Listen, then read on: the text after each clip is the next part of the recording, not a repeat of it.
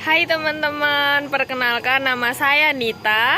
Hari ini saya ada di kedai kopi Menoreh Pak Rohmat.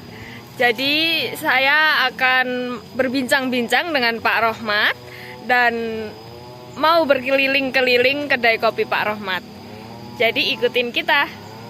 Kenapa kita mengambil kedai kopi Pak Rohmat ini? Karena di kawasan Menoreh ini kedai kopi itu merupakan komoditas lokal andalan sekaligus sebagai mata pencaharian warga-warga yang ada di sini. Nah, ini kita sedang memasuki kawasan kedai kopi. Di sebelah kanan ini merupakan parkiran yang biasanya dipakai oleh mobil-mobil yang ada, dan di sana merupakan parkiran motor.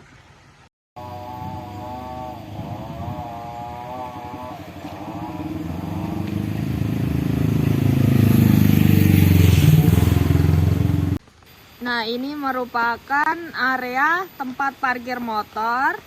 Nah, di sini ada tempat cuci tangan dikarenakan kondisi pandemi COVID yang belum kunjung selesai. Kedai kopi ini menerapkan protokol kesehatan yang sangat memadai. Contohnya ada tempat cuci tangan yang ada di situ. Lanjut kita untuk ke kedai kopinya, ke dalam gazebo-gazebonya kita melewati parkiran motor.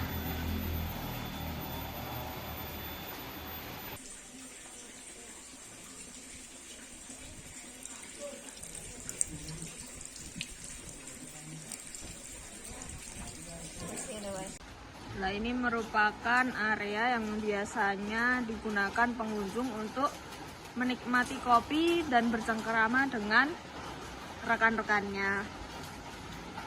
Untuk area yang ada di sini bisa digunakan sampai 20 orang. Jadi apabila kita bersama rombongan itu mau rapat atau mengadakan suatu event, bisa nih pesan di kedai kopi Pak Rohmat. Kalau yang ingin duduk di kursi di sini, jika ingin lesehan ada di dua gazebo ini. Nah, ini bisa dipesan. Nah, di sini juga ada kolam ikan yang bisa membuat pengunjung itu menjadi lebih tenang.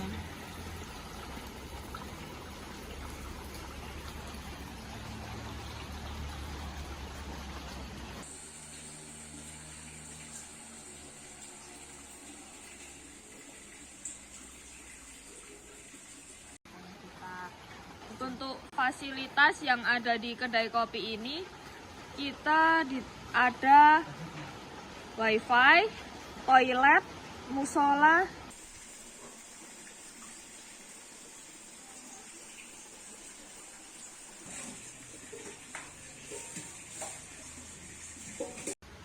Untuk kita yang ingin menikmati kopi dibawa pulang, kita bisa beli olahan kopi yang sudah tersedia. Nah, di sini ada kopi coklat, kopi lanang, kopi robusta, arabica, dan ada kopi yang masih biji kopi seperti ini.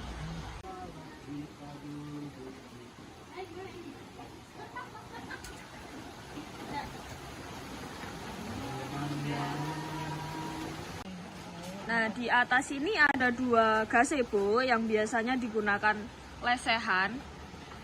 Di bawah sana juga ada gazebo dengan pemandangan yang sangat sejuk dan asri. Nah, ini contohnya ada yang untuk lesehan.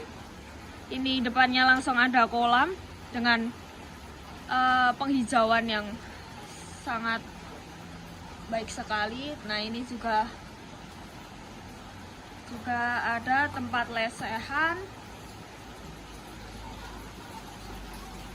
Nah, ini juga. Nah, di sini juga ada toilet. Dan toilet di sini sangat bersih dan memadai. Nah, kita lanjut ke bawah.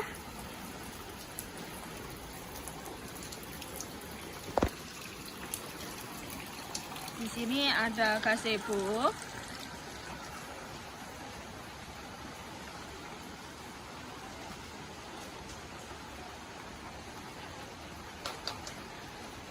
Ke bawah lagi ada tempat yang lumayan luas, kita bisa gunakan sebagai tempat barbecue atau menikmati kebersamaan bersama rombongan kita. Dan terakhir ada tempat gazebo.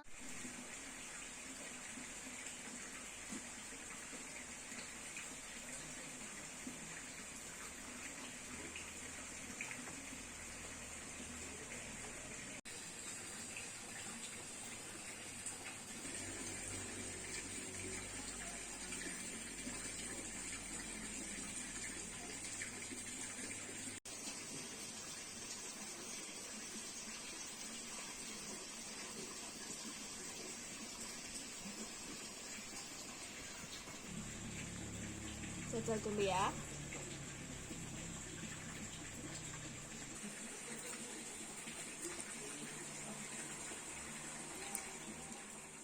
Teman-teman, sekarang saya bersama dengan Pak Rohmat, pemilik dari kedai kopi Pak Rohmat. Saya mau berbincang-bincang dulu dengan Pak Rohmat. Saya pengen tahu dari sejarah menoreh, terus pembuatan kopi, hingga penjualan kopi Pak Rohmat hingga sesukses sekarang ini, Pak. Nah, perkenalkan, nama saya Yunita Puspitarini. Saya ini magang di Travel System Jogja. Nah, itu merupakan perusahaan startup yang bergerak di bidang pariwisata gitu, Pak. Nah, pertanyaan pertama ini, Pak. Saya pengen tahu asal-usul dari Pegunungan Menoreh itu sendiri. Oke, siap Mbak. Jadi ini saya nggak usah memperkenalkan diri, sudah diperkenalkan oleh Mbak Puspitarini. Jadi singkat aja, yang namanya Bukit Menoreh itu memang asalnya dari zaman sejarah ya. Jadi Bukit Menoreh ini bukit yang memanjang dari Pegunungan Koka, Pegunungan Girimulyo, Pegunungan Samigalo, dan Pegunungan Salaman. Jadi memanjang, membujur ke selatan dari Kokap sampai ke Bukit Salaman. Nah, jadi dinamakan Bukit Menoreh karena dulu memang itu ada sejarahnya. Zaman sejarahnya ketika zaman penjajahan, zaman Raja Sri Sultan Hamengkubuwono yang keberapa ya. Jadi zaman itu ada namanya Ki Ageng Pamanahan yang dulu membela negara Indonesia itu berjuang melawan Belanda. Lah beliau itu kan dikejar-kejar Belanda melewati bukitnya dari kota Yogyakarta, dari keraton Yogyakarta keluar ke daerah arah Kulon Progo, terus dia lari ke Bukit Menoreh. Bukan larinya karena takut, tapi mencari siasat. Jadi ketika itu kan Belanda yang mengejar itu dengan menembaki, karena dia punya senjata modern, dia menembaki Ki Ageng Pamanahan itu. Tapi berkat kesaktian Ki Ageng Pamanahan, ditembak itu tidak mati, tidak mempan ya. Jadi hanya ada percikan api. Percikan api itu kan kalau dilihat dari sana, dari dari keraton Yogyakarta itu kan lari ke Uraha Utara. Jadi merah, merah, percikan api merah, dan namanya terus diabadikan menjadi Bukit Menoreh, yang artinya itu menyala gitu deh. Jadi menyala dari perbukitan Koka, Girimulyo, Samigalo itu, jadi memanjang gitu loh. Jadi sejarahnya seperti itu. Jadi Ki Ageng Pamanahan itu ditembaki nggak mempan, akhirnya Belanda menyerah. Nah, seperti itu. Terus Ki Ageng Pamanahan pulang lagi ke keraton, tapi Belanda kan sudah ditaklukkan di bukit ini, seperti itu. Sejarahnya seperti itu yang awal mulanya. Berarti ada sangkut pautnya dengan penjajahan Belanda gitu ya, Pak? Betul. Jadi bukit ini sejarahnya seperti itu, memang ada sangkut pautnya dengan zaman penjajahan Belanda. Seperti itu. terkait ini potensi alamnya ada apa aja Pak yang ada di Menoreh itu? Kalau di Bukit Menoreh karena kita di pegunungan, kebanyakan kita ada banyak kopi ya. Memang zaman Belanda kan menanam kopi ya. Ya. Menanam kopi, terus sepanjang bukit itu ditanami kopi semuanya. Nah, terus penghasilan kopi dibawa ke Belanda. Orang lokal tidak boleh minum kopi, jadi kopi semua dibawa ke Belanda seperti itu. Selain kopi ya ada cengkeh, terus ada tanaman palawija dan lain sebagainya, tanaman kehutanan seperti itu. Oke.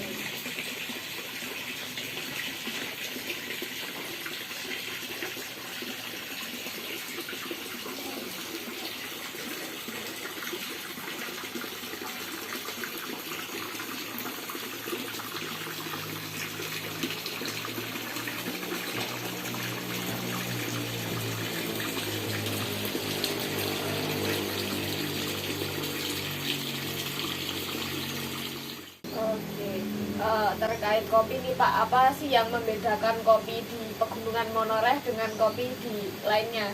Yang jelas di Bukit Menoreh ini hampir kebanyakan punya punya itu perawatan kopinya secara alami, tidak pernah pakai pestisida, tidak pernah pakai bahan kimia seperti itu. Jadi bisa dikatakan kopi kita itu organik Mbak. Jadi kita aman untuk mengkonsumsi kopi Menoreh ini karena memang kebanyakan kita tidak pernah pakai pupuk kimia, tidak pernah pakai pestisida seperti itu. Oh ya, berarti emang dari alam kembali ke alam gitu ya Betul, Pak? jadi kita semuanya dari alam seperti itu. Kalau pupuknya itu dari apa Pak? Dari pupuk kandang yang ada yang langsung di sebagian petani, ada yang langsung dibawa ke ladang, ada sebagian yang dibuat kompos atau difermentasi seperti itu. Jadi pupuknya pupuk buatan. Nah, jadi pupuk kandang semuanya Mbak. Oke. Gitu. Kalau misal nih Kak, kan di pohon kopi itu pasti ada hama. Nah, itu gimana pestisida dari bahan alamnya? Nah, pestisida dari bahan alami kita mengambil daun mimba ya. Daun mimba itu kalau sekarang seperti daun mimbi. Nah, daunnya kecil-kecil tapi kalau direndam dalam air itu pahit sekali. Nah, jadi rendaman air itu digunakan untuk nyemprot hama yang memusuhi kopi seperti itu, yang mengganggu tanaman kopi. Jadi semprot pakai bukan pakai pestisida tapi pakai bahan alami seperti itu, daun mimba itu seperti itu Mbak.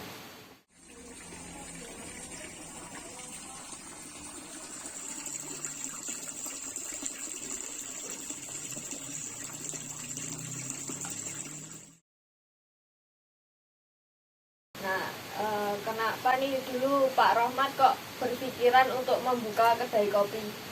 Ya sebenarnya begini Mbak, jadi kita awalnya bukan untuk menjadi warung kopi atau kuliner kopi, tapi kita semula hanya ingin mengangkat kopi itu harganya kan seperti itu aja kalau dijual bijian. Ya. Jadi saya punya inisiatif, kita buat itu, terus kita kemas, kita pasarkan. Harganya lebih meningkat sedikit daripada yang dijual bijian. Nah terus perjalanan kopi saya kan kita pasarkan ke kota-kota sampai ke akhirnya ke restoran pemandu kota gede. Nah, di sana ownernya cocok untuk restorannya. Jadi pesan, terus dia membuktikan apa itu kopi dari lokal atau nanti jangan-jangan ambil dari tempat lain. Setelah dia datang ke sini kita ajak ke ladang, baru yakin. Setelah yakin dia langsung langganan sampai sekarang Mbak untuk kopi di restorannya. Terus kemudian dia itu menyarankan untuk saya membuat tempat untuk bisa nongkrong untuk menikmati kopi di tempatnya atau di lokal sini seperti itu. Jadi saya buat tempat yang 40 orang, dia owner itu punya klub motor namanya Pak Ersan Sugidowo yang ownernya restoran Madu Kota itu. Dia bawa rombongan motor gede ke sini tahun 2014. Nah, itu jadi 2014 pertengahan dia bawa rombongan ke sini motor gede. Nah, itu awalnya seperti itu Mbak. Jadi perkembangan saya dari teman-teman motor itu terus berkembang sampai sekarang ini. Jadi orang motor kan sukanya touring kuliner seperti itu. Jadi ketika ada tamu dari provinsi lain, dari wilayah lain dibawa ke sini seperti itu Mbak. Perkembangan kita dari seperti itu, teman-teman motor.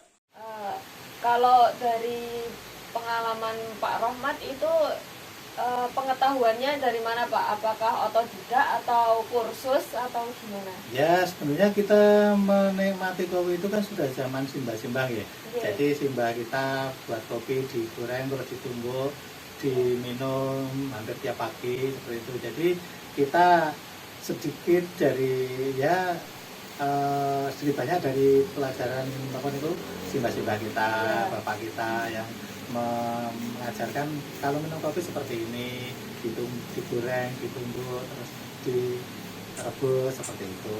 Tapi kita juga pernah belajar juga di kafe yang modern yang ada di Jogja seperti itu. Oke.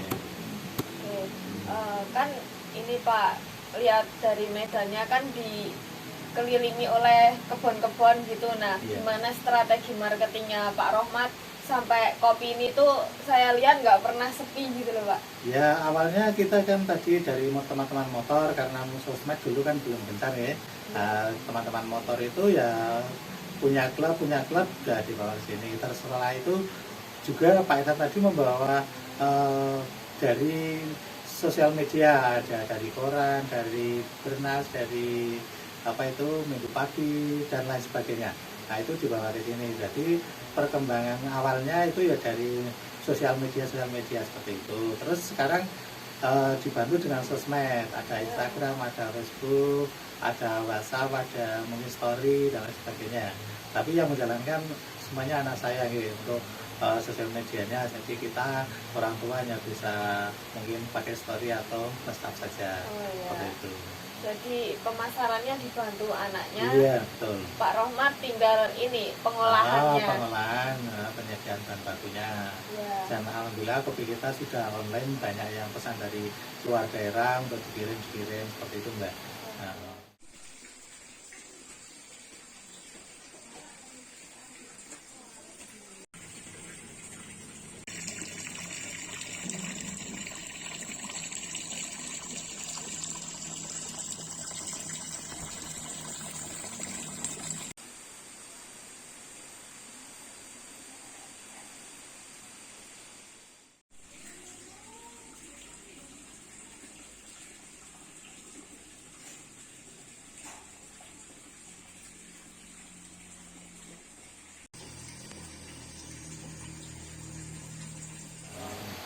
Untuk varian kopi yang dijual di kedai kopi ini ada apa aja Pak? di sini ada 6 macam Mbak. Jadi ada kopi Arabica, ada kopi Robusta, ada kopi Lanang, ada kopi Jahe, kopi hijau, dan kopi luwak. Dan kita tambah lagi satu, ada coklat original dari lokal juga. Seperti itu Mbak. Oke, itu dari keenam varian itu yang paling laris diminati pelanggan yang mana Pak? Ya hampir semuanya, tapi paling laku ya kopi Lanang. Kopi Lanang itu enggak dari biji tunggalnya, jadi Ya. nek bawang Lanang. Jadi selain minum kopi ada khasiatnya juga, ya. Jadi bisa ya untuk menambah stamina, mengurangi migrain, seperti itu Mbak. Kopi Lanang. Oke, jadi selain kita hobi ngopi, tapi juga ada khasiatnya untuk Betul, kesehatan. untuk yang kopi Lanang, apalagi kalau minumnya tanpa gula, semuanya kopi kalau minumnya tanpa gula bisa membantu pencernaan. Seperti itu Mbak. Terus ini saya penasaran kan ada 6 varian kopi nih Pak. Betul. Tapi itu pohonnya satu atau beda-beda jenisnya? Beda-beda, yang jelas pohonnya cuma dari 2 pohon ya, artinya 2 pohon Ya. itu macam Arabica dan Robusta Mbak. Oh. Nah, jadi Arabica dan Robusta itu ada. Tapi menjadi itu kan menjadi kopi jahe karena bisa dimix dengan jahe, menjadi kopi Lanang karena disortir yang kopi tinggalnya diambil itu Mbak. Nah, kalau kopi luwak memang kopi yang dimakan luwak di ladang, kita kumpulin, kita bersihkan, terus kita proses seperti itu Mbak. Oh, jadi perbedaannya itu ada di cara pengolahannya. Cara pengolahannya seperti itu. Kalau kopi hijau, kopi yang diolah dari biji mudanya. Nah, kelapa ya kelapa muda. Kalau kelapa kan untuk melarutkan rasa dalam tubuh. Kalau kopi muda, biji muda itu, kopi hijau itu untuk diet, untuk mengurangi kolesterol, asam urat, gula batu, seperti itu Mbak. Oke. Yang kopi hijau.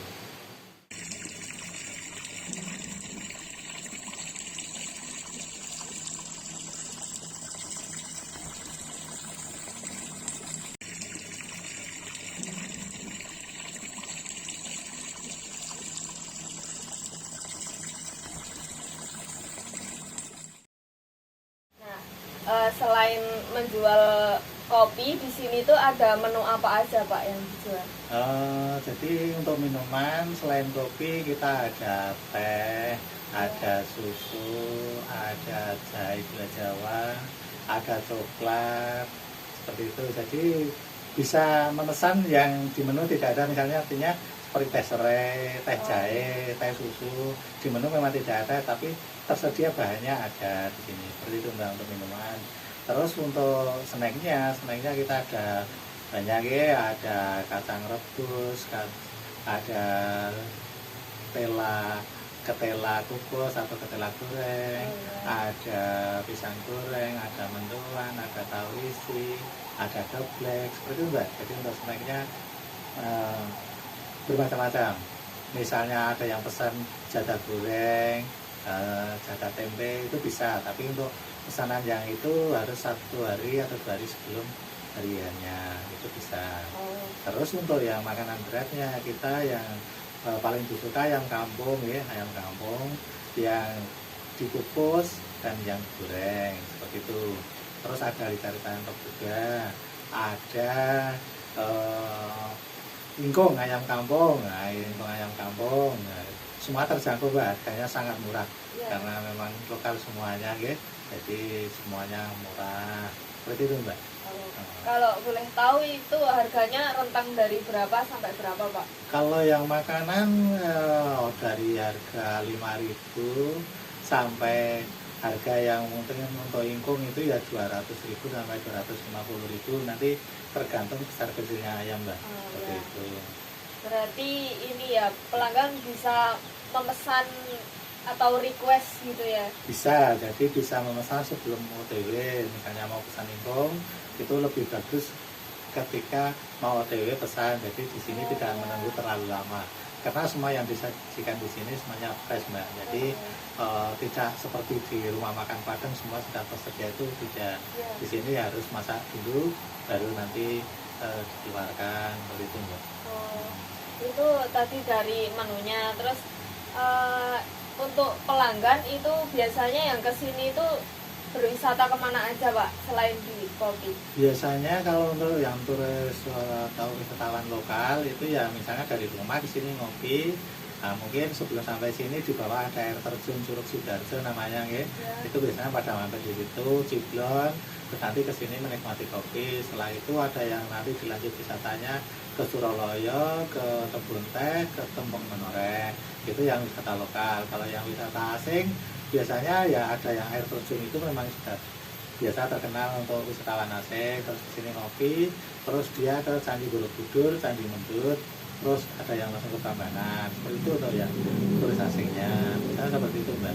Atau kebalikannya, misalnya dia sudah dari Candi Mendut, Candi Borobudur ke sini ngopi, baru pulang ke Jogja. Biasanya kalau di situ pulang lewat Boro, di Boro itu diberhentikan oleh drivernya, diajak ke tempat sawah-sawah yang mungkin baru digaru atau baru menanam padi, diajak ke situ. Dia biasanya seperti itu Mbak. Dan wisatawan asing itu sangat senang untuk melihat dan mencoba menanam padi seperti itu. Mereka dapat edukasi hidup di desa gitu ya Pak.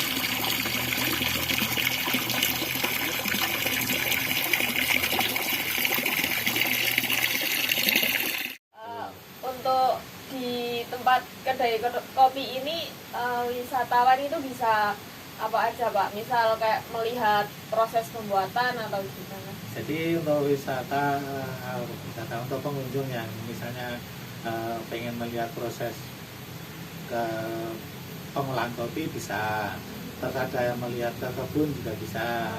Terus kalau yang mau mandi di bawah itu ada curug kecil bisa juga untuk mandi. Ya, itu biasanya seperti itu.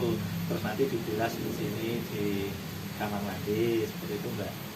Kalau misal ada wisatawan mau memesan nih, tapi kayak mau memesan paket edukasi, misal mau memetik kopinya dulu di kebun, terus melihat proses pembuatan, nah itu ada biayanya sekitar berapa Pak? Biasanya ada ya, itu jadi tergantung wisatawannya ya. Nah wisatawan lokal ya, kita sangat terjangkau sekali untuk perorangan. Biasanya untuk nanti sudah sama ngopi, makan, snack itu cuma 50.000 aja untuk per orangnya untuk wisatawan lokal. Tapi untuk wisatawan asing sampai menikmati makan biasanya 150 per orang. Jadi menikmati kopi, makan siang, terus ke kebun, melihat proses kopi, nanti sedikit dibawain oleh kopinya yang diproses tadi. Itu untuk wisatawan asing per orang 150 Mbak. Gitu. Jadi selain bisa menikmati kopi yang udah jadi, bisa melihat proses pembuatannya sampai memetik gitu, iya, dan pulang dibawain oleh-oleh gitu. Yang diproses tadi. Berarti paket komplit sekali ya Pak. Ya, alhamdulillah sedikit-sedikit kita sudah seperti itu Mbak. Oh iya. Kan ini kedai kopinya udah cukup sukses nih ya Pak. Nah, amin. Itu kira-kira liputan mana aja Pak yang udah pernah? Ya banyak Mbak, dari awal itu sudah dari 12 media ya. Ada TVRI, ada Bernas, ada Harian Jogja, ada itu yang mingguan itu namanya apa, Minggu Pagi.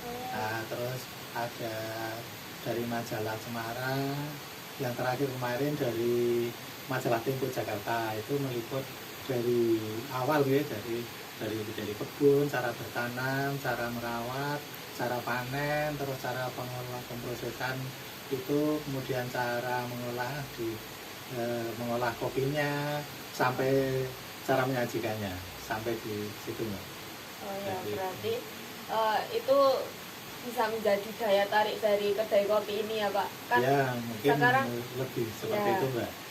Kan sekarang banyak sekali nih yang orang-orang cenderung membuka coffee shop gitu. Betul. Nah Pak Rohmat membuka dari edukasi sampai ke penikmatan itu juga ada.